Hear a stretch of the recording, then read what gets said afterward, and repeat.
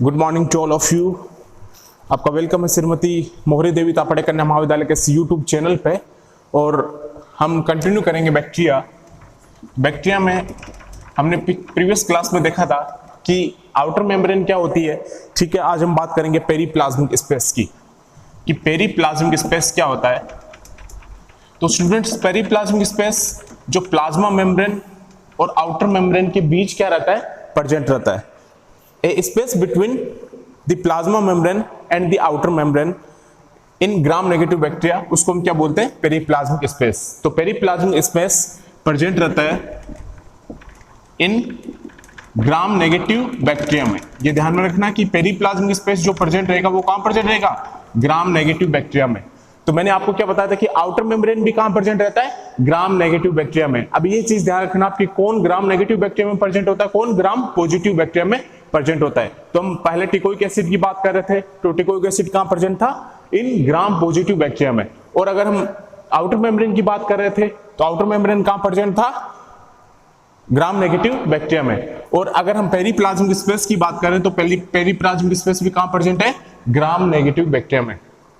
अब periplasmic space होता क्या है कि ये स्पेस बिटवीन किस किस के बीच रहेगा, आउटर मेम्ब्रेन और प्लाज्मा मेम्ब्रेन के बीच जो स्पेस प्रेजेंट रहेगा उसको हम बोलते हैं periplasmic space.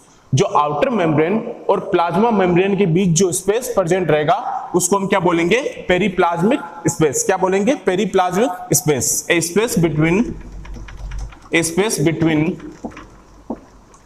Outer membrane, space between the plasma membrane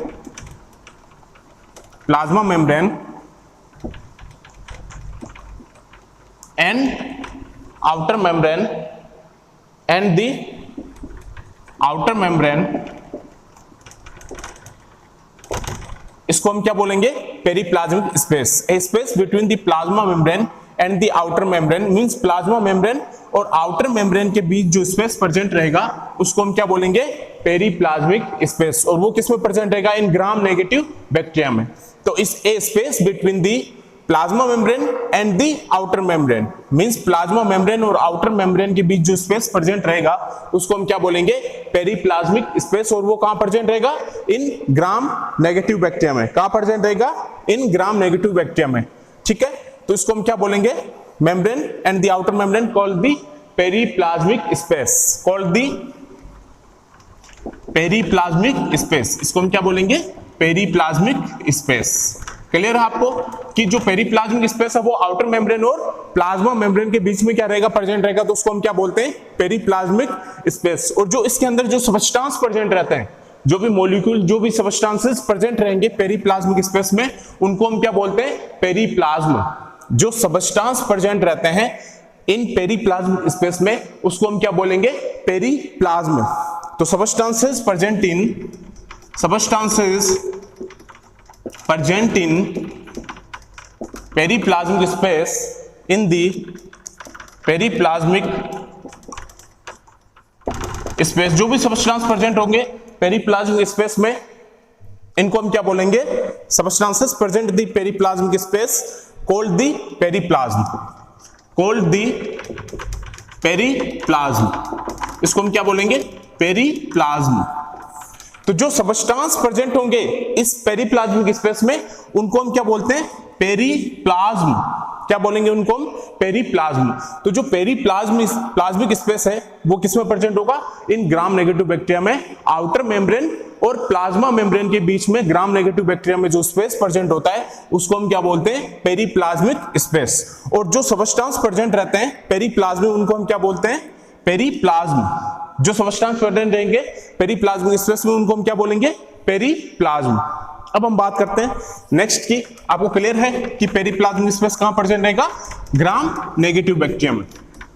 ये ध्यान में रखना, कहां प्रेजेंट रहेगा, ये ग्राम नेगेटिव बैक्टीरिया में। अब हम नेक्स्ट बात करते हैं, सेल वॉल में एक अनदर टॉपिक आता है ग्लाइकोकेलिक्स, कि ग्लाइकोकेलिक्स क्या होता है। हम बात करते हैं ग्लाइकोकेलिक्स की। अब ये ग्लाइकोकेलिक्स जो है ये एक्सटर्नल लेयर होगी, किसमें, जो सेल वॉल है उसके एक्सटर्नल बाहर की ओर प्रेजेंट रहता है, उसको हम क्या बोलते हैं, ग्लाइकोकेलिक्स। जो ग्लाइकोकेलिक्स होता है वो बैक्टीरिया के सेल वॉल के एक्सटर्नल क्या रहेगा, प्रेजेंट रहेगा, मींस बाहर की ओर प्रेजेंट रहेगा, उसको हम बोलते हैं ग्लाइकोकेलिक्स। ग्लाइको मतलब क्या होते हैं, ग्लाइको से आप क्या समझते हो, इज ए कार्बोहाइड्रेट, आपने पढ़ा होगा ग्लाइकोजन, ठीक है, ग्लाइकोप्रोटीन्स। ग्लाइकोप्रोटीन्स क्या होते हैं, कार्बोहाइड्रेट प्लस प्रोटीन को हम क्या बोलते हैं, ग्लाइकोप्रोटीन्स। तो ग्लाइको मींस क्या है, कार्बोहाइड्रेट। अगर कार्बोहाइड्रेट की कोई भी लेयर होगी वो क्या रहती है, सेल वॉल के बाहर, मींस एक्सटर्नल क्या रहेगी, वो प्रेजेंट रहेगी। वो क्या प्रेजेंट रहेगी, सेल वॉल के बाहर या एक्सटर्नल प्रेजेंट रहेगी, उसको हम क्या बोलते हैं, ग्लाइकोकेलिक्स। मींस ये क्या है, कार्बोहाइड्रेट। तो ये जो ग्लाइकोकेलिक्स है ये सेल वॉल के एक्सटर्नली क्या रहेगा, प्रेजेंट रहेगा। तो ये क्या होता है, इज ए थिक, ग्लाइकोकेलिक्स क्या होता है, थिक होता है। और क्या होता है, ये high molecular weight, high molecular weight secretary substances, high molecular weight secretary substances, means ये क्या होते हैं, सेक्रेटरी सबस्टांसेस होते हैं, ठीक है। High molecular weight secondary substances होते हैं। और ये प्रेजेंट कहां होते हैं, मैंने आपको क्या बताया, ये एक्सटर्नली क्या रहते हैं, प्रेजेंट रहते हैं। ये प्रेजेंट रहते हैं इन मैनी बैक्टीरिया, ये जो ग्लाइकोकेलिक्स है ये प्रेजेंट रहते हैं in many bacteria external to the cell wall. Means cell wall के बाहर की ओर क्या रहते हैं, ये प्रेजेंट रहते हैं, एक्सटर्नल प्रेजेंट रहते हैं, मींस सेल वॉल के बाहर की ओर क्या रहेंगे, ये प्रेजेंट रहेंगे। तो ग्लाइकोकेलिक्स क्या हुआ, मींस कार्बोहाइड्रेट का जो कोट है वो कहां प्रेजेंट रहेगा, सेल वॉल के बाहर की ओर, मींस वो एक्सटर्नल क्या रहेगा, प्रेजेंट रहेगा।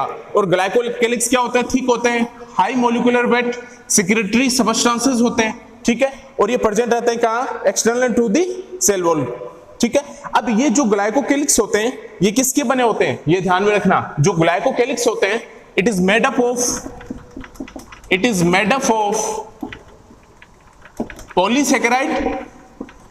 पॉलीसेकेराइड। अब मैंने बता दिया पॉलीसेकेराइड मींस कार्बोहाइड्रेट। पॉलीसेकेराइड का मतलब क्या है, यहां पे कार्बोहाइड्रेट, ग्लाइको कार्बोहाइड्रेट, ठीक है। तो पॉलीसेकेराइड यहां पे क्या हो गया, कार्बोहाइड्रेट। तो it is made up of polysaccharide and polypeptide. Polypeptide means ये क्या है, प्रोटीन, ठीक है। तो ये जो ग्लाइकोकेलिक्स है वो दोनों का बना होता है, पॉलीसेकेराइड प्लस पॉलीपेप्टाइड। किस किस का बना होगा, ये पॉलीसेकेराइड प्लस पॉलीपेप्टाइड। या तो पॉलीसेकेराइड का बना होगा या फिर वो किसका बना होगा, पॉलीपेप्टाइड का बना होगा, या फिर वो दोनों का बना होगा। जो ग्लाइकोकेलिक्स है, कंफ्यूजन मत होना, जो ग्लाइकोकेलिक्स है वो या तो पॉलीसेकेराइड का बना होगा या फिर किसका बना होगा, वो पॉलीपेप्टाइड का बना होगा, और या फिर वो किसका बना होगा, दोनों का बना होगा। कौन, ग्लाइकोकेलिक्स। तो यहाँ पे कार्बोहाइड्रेट भी है और यहाँ पे क्या है, प्रोटीन भी है। तो ग्लाइको मतलब क्या है, ये कार्बोहाइड्रेट। मींस ये क्या रहेंगे, सेल वॉल के बाहर की ओर क्या रहेंगे, प्रेजेंट रहेंगे। और ये किसका बना होगा, पॉलीसेकेराइड और पॉलीपेप्टाइड का। तो आप ध्यान में रखना कि जो ग्लाइकोकेलिक्स है वो क्या होता है, सेक्रेटरी सबस्टांसेस होते हैं। और कहां प्रेजेंट होगा, ये सेल वॉल के बाहर की ओर। कहां पे प्रेजेंट होगा, सेल वॉल के बाहर की ओर प्रेजेंट होगा। और ये किसका बना होता है, पॉलीसेकेराइड और किसका बना होगा, पॉलीपेप्टाइड का, ठीक है। अब जो ग्लाइकोकेलिक्स मैंने आपको क्या बताया, थिक होता है वो, और क्या होता है, ये रिजिड और फ्लेक्सिबल भी हो सकता है। जो ग्लाइकोकेलिक्स है वो रिजिड भी हो सकता है या फिर वो फ्लेक्सिबल भी हो सकता है। तो मैं इसको लिख सकता हूं रिजिड और फ्लेक्सिबल। मींस जो ग्लाइकोकेलिक्स है वो रिजिड भी हो सकता है और वो फ्लेक्सिबल भी हो सकता है, ठीक है। अब ये डिपेंड किस पे करता है कि वो रिजिड होगा या फ्लेक्सिबल होगा। तो डिपेंडिंग ऑन, ये किस पे डिपेंडिंग करता है, depending on chemical nature of, depending on their chemical nature, कि इस ग्लाइकोकेलिक्स का केमिकल नेचर क्या है, इस पे ये डिपेंड करेगा कि ग्लाइकोकेलिक्स रिजिड होगा या फ्लेक्सिबल होगा, ठीक है।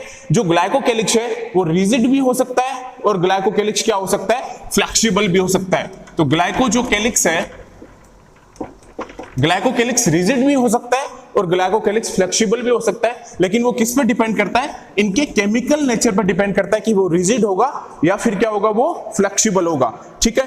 तो इसमें दो टर्म आती है ग्लाइकोकेलिक्स में, ध्यान रखना, बहुत इंपॉर्टेंट टर्म्स आती है ग्लाइकोकेलिक्स में, कैप्सूल और स्लाइम लेयर। कैप्सूल और स्लाइम लेयर, इस ग्लाइकोकेलिक्स में ये टर्म आती है, कैप्सूल और स्लाइम लेयर। और ये कॉम्पिटिटिव एग्जाम में पूछा भी जाता है कि कैप्सूल और स्लाइम लेयर क्या होते हैं। ये थोड़ा ध्यान से देखना, मैं जब बात कर रहा हूं कि ग्लाइकोकेलिक्स रिजिड भी हो सकता है, ग्लाइकोकेलिक्स फ्लेक्सिबल भी हो सकता है, वो किस पे डिपेंड करेगा कि वो रिजिड होगा या फ्लेक्सिबल होगा, वो उनके केमिकल नेचर पर डिपेंड करता है ग्लाइकोकेलिक्स के, कि वो रिजिड होगा या फ्लेक्सिबल होगा। ठीक है, तो इसमें जो दो टर्म आती है, एक आता है कैप्सूल और एक आता है स्लाइम लेयर। तो कैप्सूल क्या होता है कि जो रिजिड लेयर है, the rigid layer organized, the rigid layer are organized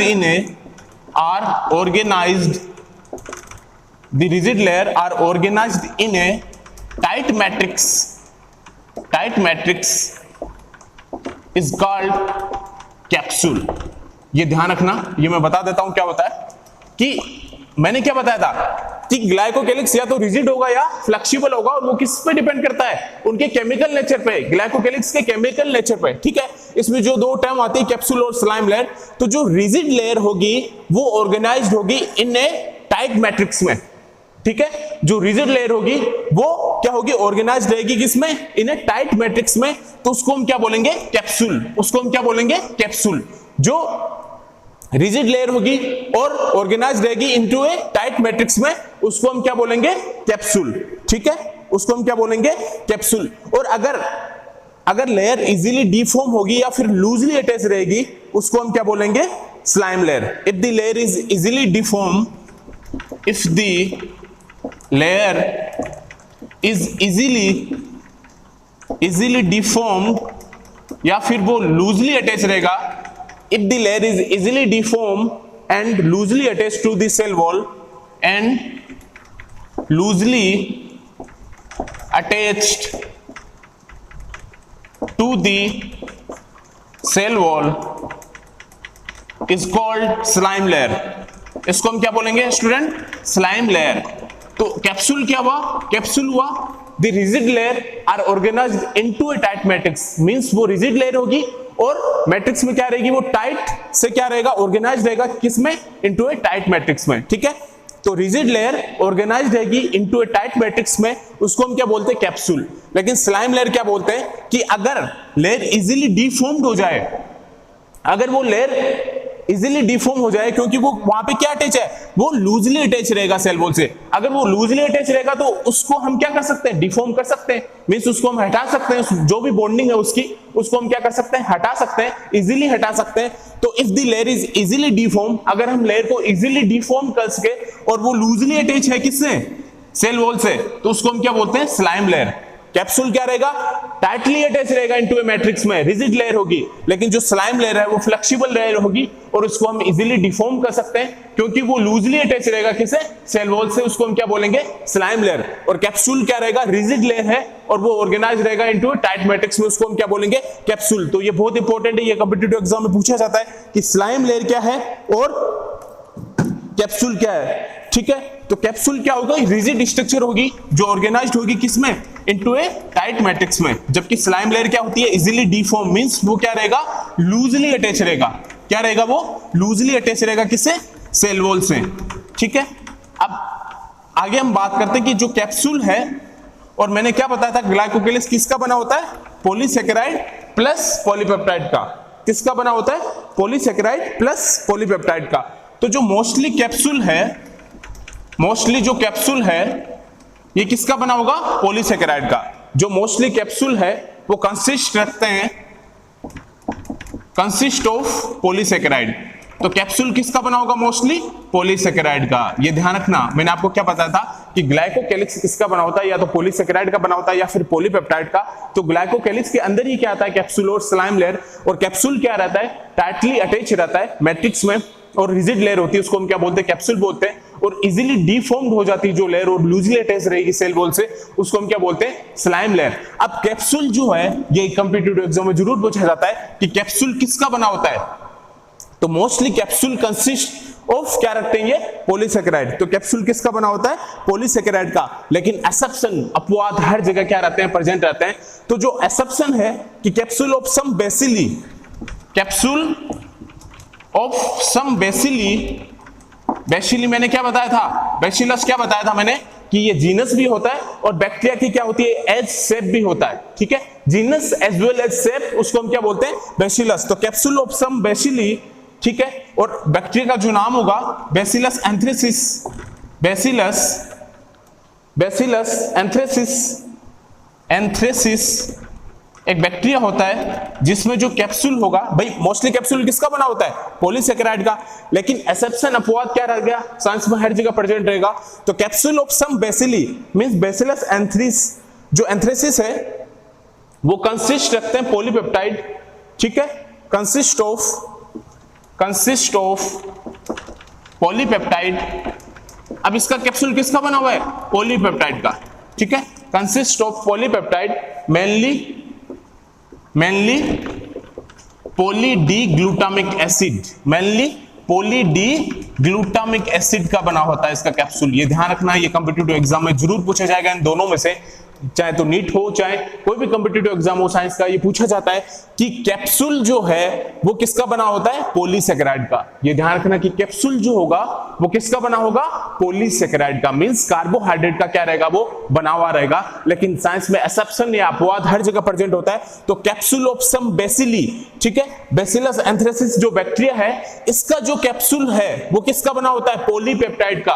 polypeptide means protein का बना होता है, और पॉलीपेप्टाइड में भी वो किसका बना होता है, पॉली डी ग्लूटामिक एसिड का। किसका बना होता है, पॉली डी ग्लूटामिक एसिड का क्या रहता है, वो बना हुआ रहता है। तो ये ध्यान में रखना कि सारे बैक्टीरिया के जो कैप्सूल है वो पॉलीसैकेराइड के बने होते हैं, लेकिन बैसिलस एंथ्रेसिस के जो कैप्सूल है वो बना होता है किसका, पॉलीपेप्टाइड का। और पॉलीपेप्टाइड में भी वो किसका बना होगा, पॉली डी ग्लूटामिक एसिड का। किसका बना होगा वो, पॉली डी ग्लूटामिक एसिड का। और ये कॉम्पिटिटिव एग्जाम में जरूर पूछा जाता है कि जो बैसिलस एंथ्रेसिस है उसका कैप्सूल किसका बना होता है, पॉलीपेप्टाइड में भी किसका बना होता है, पॉली डी ग्लूटामिक एसिड का। तो आपको ये ध्यान में रखना है। तो ग्लाइकोकेलिक्स में क्या क्या आएगा, कैप्सूल आएगा, उसमें स्लाइम लेयर आएगा, और वो कि कैप्सूल किसका बना होता है, ठीक है। तो ये आपको ध्यान में रखना है। आगे हम नेक्स्ट में करेंगे प्लाज्मा मेम्ब्रेन, ठीक है। Thank you.